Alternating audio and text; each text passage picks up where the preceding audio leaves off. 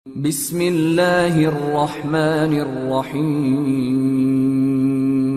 Apa sebab di antara kita ini susah untuk melaksanakan istiqomah?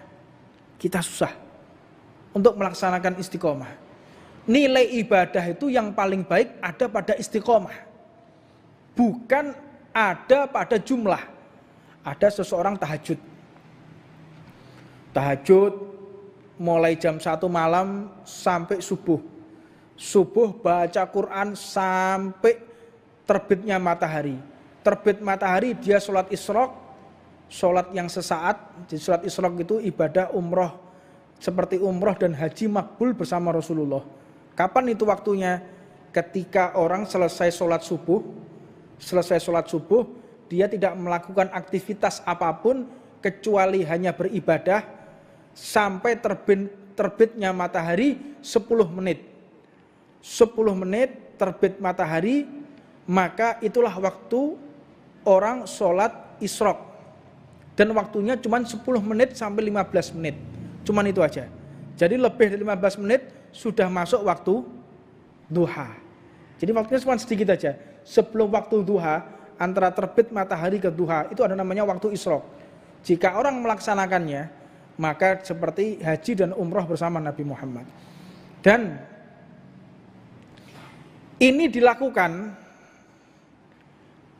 selama 1 minggu, dibandingkan dengan orang cuma membuka mata, membaca Bismillahirrahmanirrahim, tidur lagi selama 1 tahun lebih afdal dia yang cuma membuka mata dan membaca Bismillahirrahmanirrahim.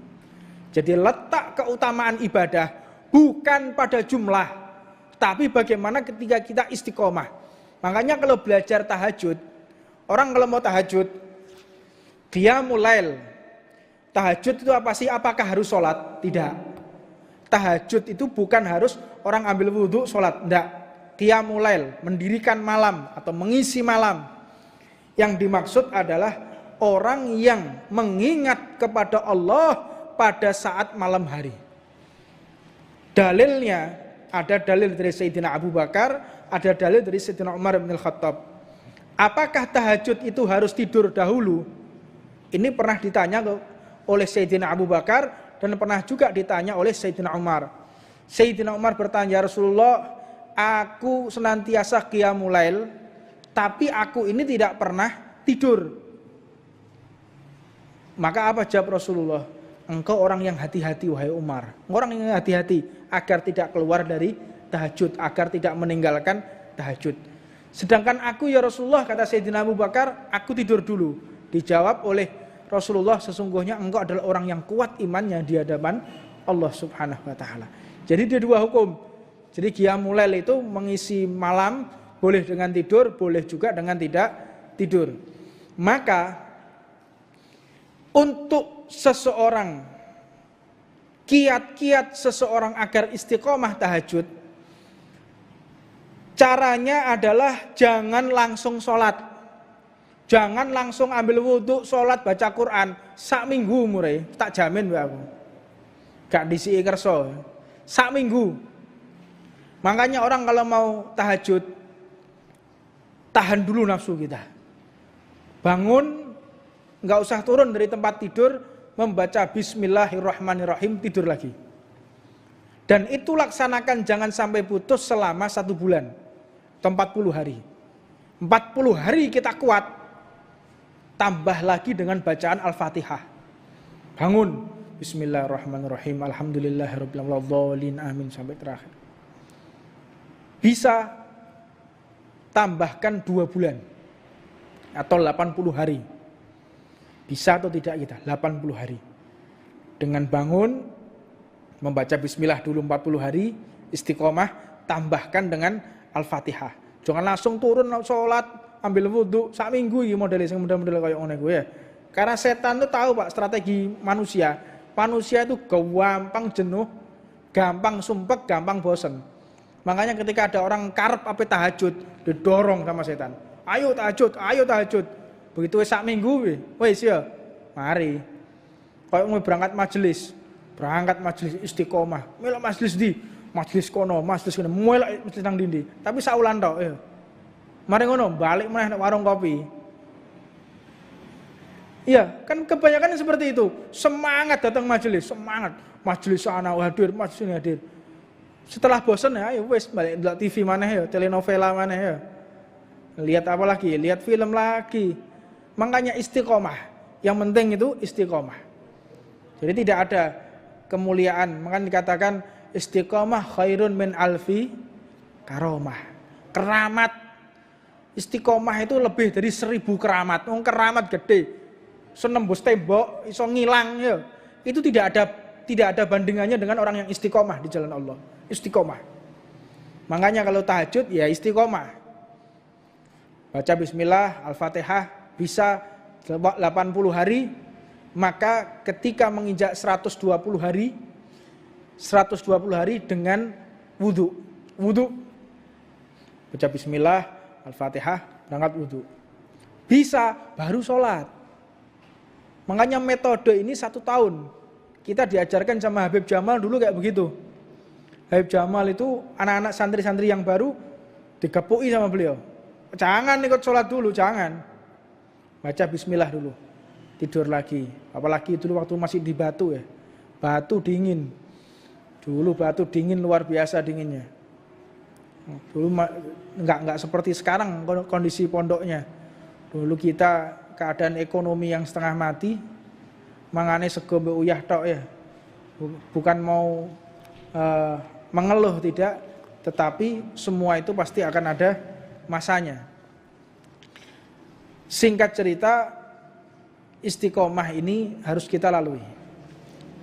Dengan kita melalui keistiqomahan ini, engkau akan menjumpai kemuliaan dari Allah. Istiqomah di semua perkara. Contoh istiqomah pakai kopiah. Istiqomah pakai sarung. Istiqomah pakai serban. 40 hari engkau akan memiliki karomah di hadapan Allah. Ini janji guru-guru kita. Engkau mau pakai kopiah 40 hari. Duduk nggak kopiah turu gawe atus gawe lo ya. Maknanya kita menghidupkan ihya sunnah. Menghidupkan sunnah dengan pakaian Rasulullah. Kita keluar pakai kopiah, pakai sarung. Untuk kita syiar. Kita belum bisa berdakwah, kita belum bisa ceramah. Tampakkanlah bajunya Nabi Muhammad. Saya berdakwah dengan sarung ini. Saya berdakwah dengan surbanku. Saya berdakwah dengan senyumanku. Istiqomah.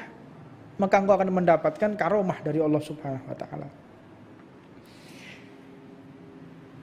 Setelah kita istiqomah, maka engkau akan ketagihan.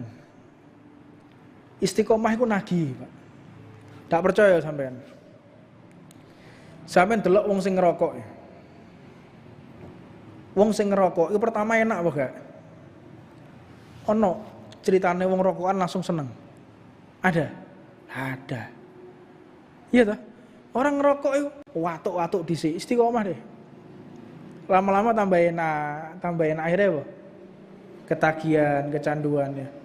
Iki lho. Ngerokok lho sing gak enak, langsung ndak enak. Itu kalau istiqomah bisa menjadi enak. Nah, apalagi kalau kita tahajud, kita sholat di masjid. Kalau sudah istiqomah, wah bahagia sekali kita. Makanya laksanakan daripada perbuatan ibadah itu yang istiqomah. Di majelis, jangan sampai kita tinggalkan setiap minggu, setiap Senin malam Selasa. Itu ada majelis di sini, Selasa malam Rebu, ada di Asa'adah, Rebu malam Kemis sama Habib Alwi. Nanti Jumat malam Sabtu sama Habib Bidin, Rotipan. Nanti Minggu malam Senin sama Habib Alwi di sini. Rutinitas. Isi daripada taklim, isi kegiatan kita dengan beribadah kepada Allah Subhanahu wa taala. Adapun bab selanjutnya ini tentang seseorang yang memperbanyak bacaan Al-Qur'an. Sebab jika seseorang sudah memperbanyak baca Al-Quran, engkau bisa dicintai oleh Al-Quran. Tiada lain yang ada di dalam hati kita kecuali Al-Quran. Maka Al-Quran akan menghibur kita. Kalau sudah pegang, sumpeknya kayak apa? Sudah pegang Al-Quran, masih utangnya sak dindi. Utang di mana-mana, ditagih kanan kiri. Udah pegang Al-Quran, hilang semua. Terasa indah, terasa di surganya Allah. Ini orang yang senantiasa membaca Al-Quran. Maka jika seseorang memperbanyak baca Al-Quran, Nabi Muhammad mengatakan, "Ghuridat alayya dunuba ummati."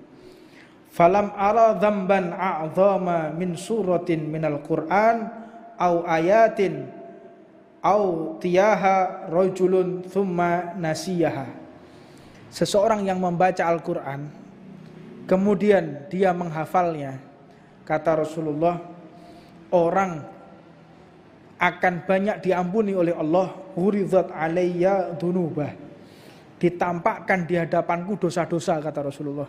Ini dalil Nabi Muhammad itu mengetahui kita beribadah atau kita maksiat itu dilaporkan kepada Rasulullah SAW. Ghuridat alayya dunubu ummati, aku telah menyaksikan perbuatan dosa-dosa umatku.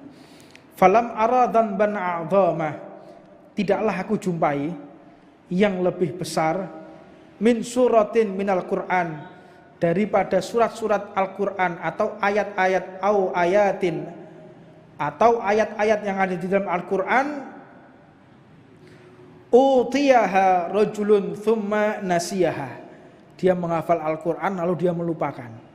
Dosa yang paling gede itu orang yang membaca Al-Quran sampai dia hafal lalu dia menghilangkan. Makanya hati-hati, yang kita masih kecil dulu hafal juz amma, terus saiki lali, kepuki malaikat sampean. Hati-hati, jangan sampai untuk melupakan Al-Quran. Aku mbiyen cilikku apal aku waqiah. Yasin cilikanku apal. Lah saiki wis kaken penggawean. Sampean bakal diazab sama Allah. Cilikanku mbiyen hafal amma yatasaalun, hafal sabihisma, semuanya hafal. Terus tabarok saya hafal, bangga deh. Saiki kaken mikir donya, Pak. Mikir kreditan sepeda motor lho, gak mari-mari, stres saya. Sampai lali kabeh Quran. Ini wong sing diazab sama Allah. Hafalno Quranmu, insyaallah semuanya akan menjadi lancar. Ini yang bisa saya sampaikan.